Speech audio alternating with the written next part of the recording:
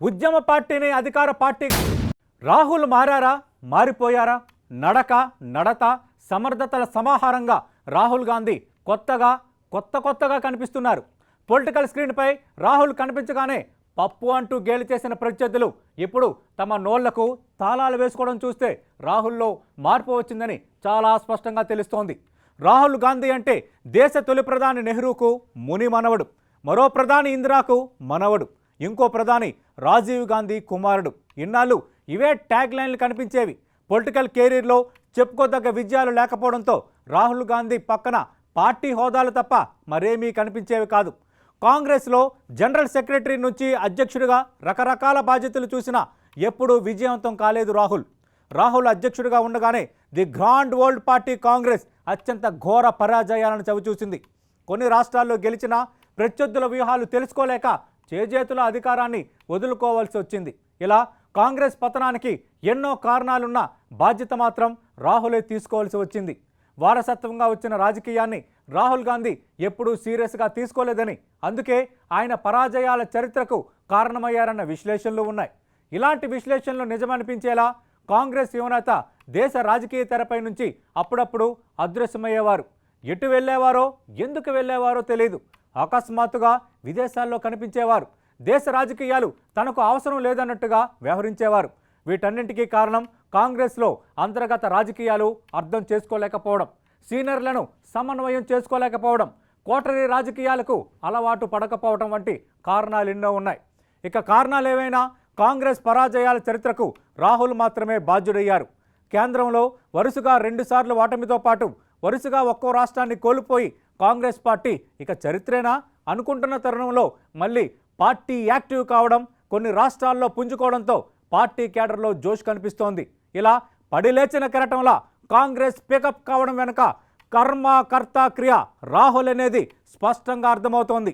తరతరాల కాంగ్రెస్కు పునర్జీవం ఇవ్వాల్సిన బాధ్యతలను గుర్తించారో, భారత్ భవిష్యత్తుకు మార్గదర్శి కావాలని అనుకుంటున్నారో రాహుల్లో ఆకస్మిక మార్పు మొదలైంది. అదే భారత్ జోడో యాత్ర రూపంలో జనం ముందుకు వచ్చింది.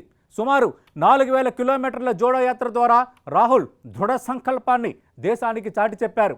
పప్పు అంటూ ప్రత్యర్థులు చేస్తున్న విమర్శలు ఆ యాత్రతో తెరమరుగైపోయాయి. భిన్న వాతావరణం, రకరకాల పరిస్థితుల మధ్య కన్యాకుమారి నుంచి కాశ్మీర్ వరకు రాహుల్ చేసిన ప్రయాణం ఆయనలో స్పష్టమైన మార్పును తీసుకొచ్చింది.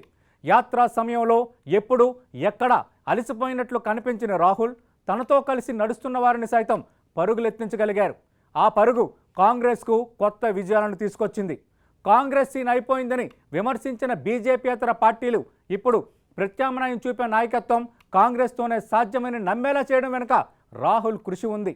ఇందుకు అతిపెద్ద ఉదాహరణ బెంగాల్ సీఎం మమతా బెనర్జీ వ్యాఖ్యలే. జోడో యాత్రకు ముందు రాహుల్ నాయకత్వంపై నమ్మకం పెట్టుకోలేమని వ్యాఖ్యానించిన దీదీ కర్ణాటక ఎన్నికల తర్వాత రాహుల్ రాటుదేలినట్టు కనిపిస్తున్నారని అనడం రాహుల్లో మారారు అన్న వాదనకు బలం చేకూరుస్తోంది. కాంగ్రెస్ దుకాణం క్లోజ్ అని ప్రచారం చేసిన వారిలో ఈ మార్పు రావడానికి కారణమేంటి? కాంగ్రెస్లో కొత్త ఉత్సాహానికి రాహుల్ ఏం చేశారు? మనకు కనిపిస్తున్న కొత్త రాహుల్ దేశానికి భావనాయకుడుగా అవతరించగలరా? ఇలా ఇప్పుడు ఎన్నో రకాల ప్రశ్నలు వినిపిస్తున్నాయి. ఇలాగే మరికొన్ని ప్రశ్నలు కూడా తలెత్తుతున్నాయి. అవేంటో ఒకసారి చూద్దాం. గతానికి భిన్నంగా రాహుల్ గాంధీ ప్రజానాడి తెలుసుకున్నారా? రెండో ప్రశ్న, రాహుల్లో వచ్చిన మార్పుల ప్రభావం రాబోయే ఎన్నికలపై ఎలా ఉంటుంది? మూడో ప్రశ్న, విపక్షాల కూటమిని ఒకే అజెండాతో నడపడంలో రాహుల్ సక్సెస్ అవుతారా?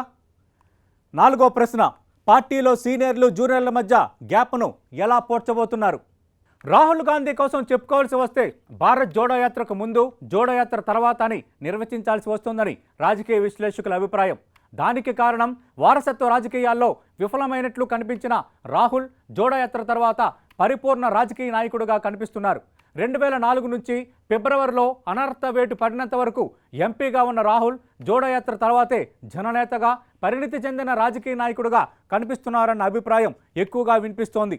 కర్ణాటక ఎన్నికల్లో పక్కా వ్యూహంతో పార్టీని విజయ పదాన నడిపించిన రాహుల్ చతురతతో సిద్ధరామయ్య, డీకే శివకుమార్ మధ్య సయోధ్య కుదిర్చారు. అదే సమయంలో కాంగ్రెస్లో చాలా చోట్ల ఉన్న సీనియర్ జూనియర్ల సమస్యకు చెక్ పెట్టే వ్యూహాన్ని కూడా రాహుల్ రెడీ చేశారంటున్నారు. త్వరలో జరగబోయే 5 రాష్ట్రాల ఎన్నికలు, వచ్చే ఏడాది జరగబోయే లోక్సభ ఎన్నికలకు ఎప్పటి నుంచి రాహుల్ పక్కా ప్రణాళికతో సిద్ధమవుతున్నారని ఏఐసీసీ నేతలు చెబుతున్నారు. 52 ఏళ్ల రాహుల్ జీవితంలో 20 ఏళ్లకు పైగా రాజకీయాల్లో ఉన్నారు. ఈ కాలంలో ఎవరో రాసిచ్చింది చదవడమో వ్యాఖ్యలు చేయడమో తప్పితే సమస్యలపై అవగాహన పెంచుకున్నట్టుగా ఎప్పుడూ కనిపించలేదు. కానీ జోడో యాత్రలో భాగంగా విభిన్న ప్రాంతాలు, రకరకాల వ్యక్తులను కలిసిన రాహుల్కు నిజమైన భారతదేశం ఎలా ఉంటుందో తెలిసింది.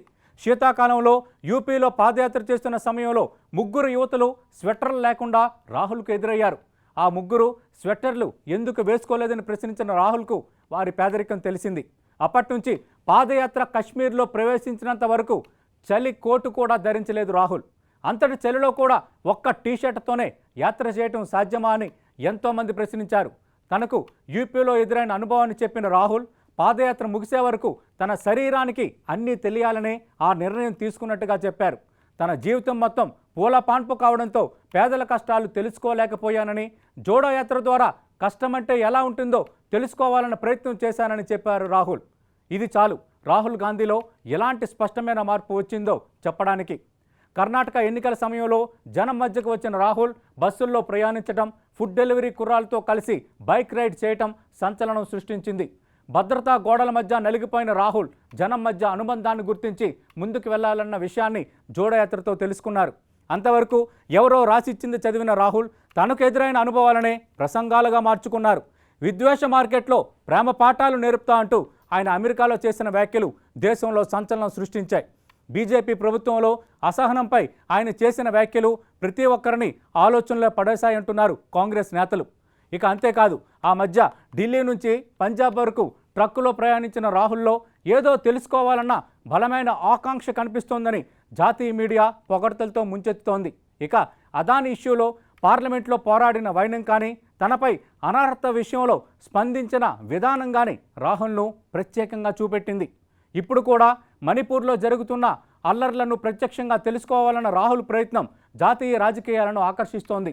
సమస్య ఎక్కడ ఉంటే రాహుల్ అక్కడే అన్నట్టుగా సాగుతోంది రాహుల్ ప్రయాణం. 20 ఏళ్ల రాజకీయ జీవితంలో సరికొత్తగా కనిపిస్తున్న రాహుల్ ఇలా తన పేరుకు ముందు పప్పు అనే ట్యాగ్ లైన్ను చెరిపేసుకున్నారు. ఇప్పుడు ఆయన ముందున్న ప్రధాన లక్ష్యం తిరిగి కాంగ్రెస్ పార్టీని అధికారంలోకి తెచ్చి విజయవంతమైన నాయకుడిగా నిరూపించుకోవటం ఒక్కటే. ఏదేమైనా గతంలో కంటే ఎంతో పరిణితి, ప్రత్యుత్తర వ్యూహానికి మించిన ఎత్తుగడలతో ముందుకు వెళ్తున్న రాహుల్ కాంగ్రెస్ పార్టీలో కొత్త జోష్ తెచ్చారన్నది మాత్రం క్లియర్ కట్.